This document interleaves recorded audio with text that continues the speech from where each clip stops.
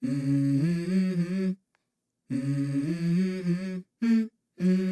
go.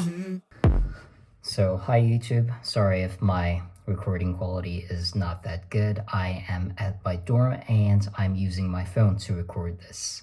So what I want to show you guys on this video is a problem that I solved on a Physics C E&M pop quiz a week ago, and I thought the problem was really interesting. Yeah.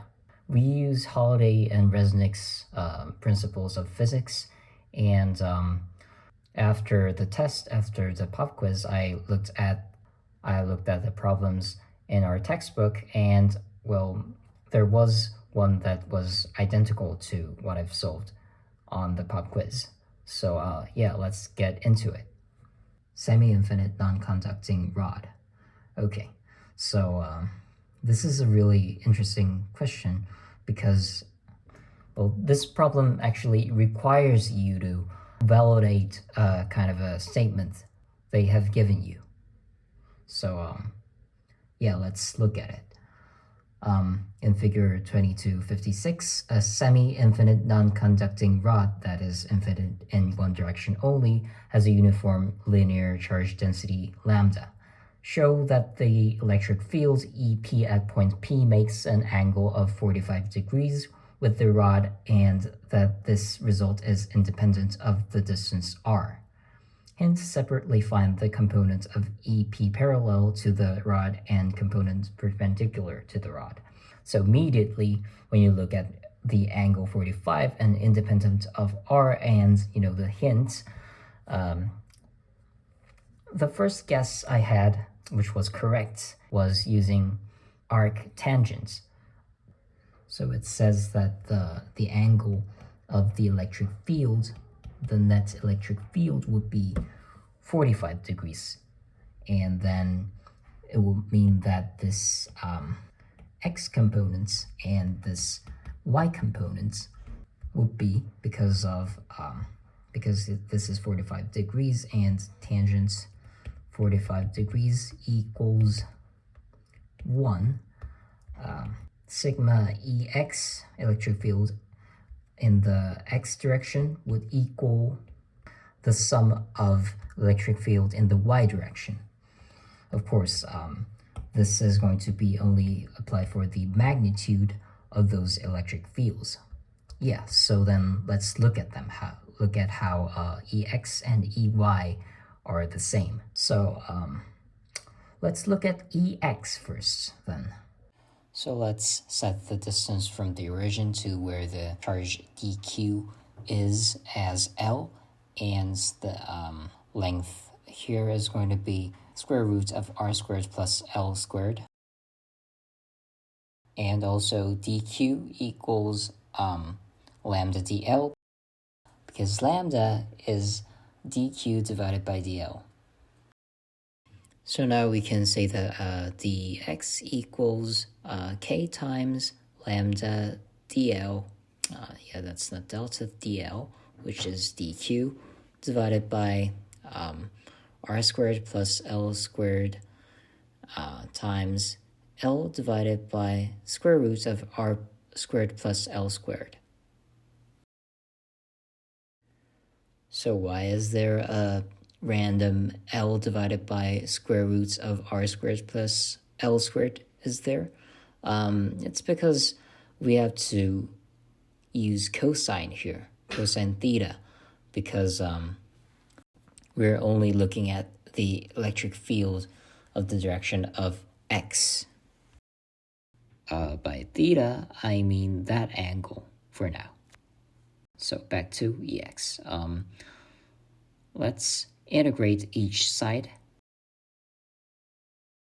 And since lambda and 4 and pi and epsilon naught are all independent of L, we're just going to get them out of the integral. And then to integrate this, we have to use an integration formula. So using that. Oh, and also we're integrating from 0 to infinity because the distance starts from 0 and goes to infinity, because of the rod's shape. So yeah, 1 divided by square root of r squared plus l squared. Oh, also a negative sign, and we could also get rid of that negative sign by making the interval backwards. So when L equals 0 and L equals infinity, let's look at the two circumstances individually. When L equals 0, it's going to be just 1 over r, and when L equals infinity, well, it's going to be 1 divided by infinity, which is just 0. Okay, so we get lambda divided by 4 pi epsilon naught times 1 divided by r, which is just lambda divided by 4 pi r epsilon naught. So now let's look at the EY. It's gonna be pretty much the same, but it's gonna be r instead of L because we're using sine instead of cosine. So let's integrate each sides as we did before.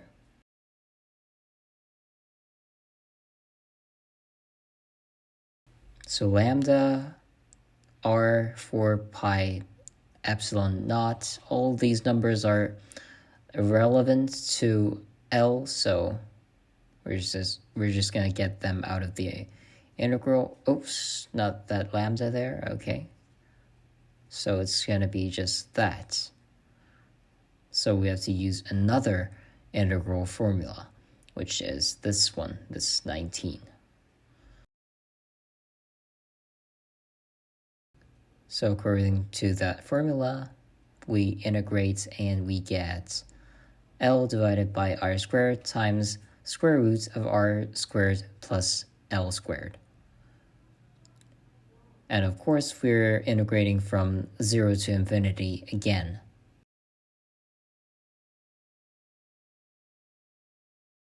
Let's look at the two circumstances. L equals infinity first.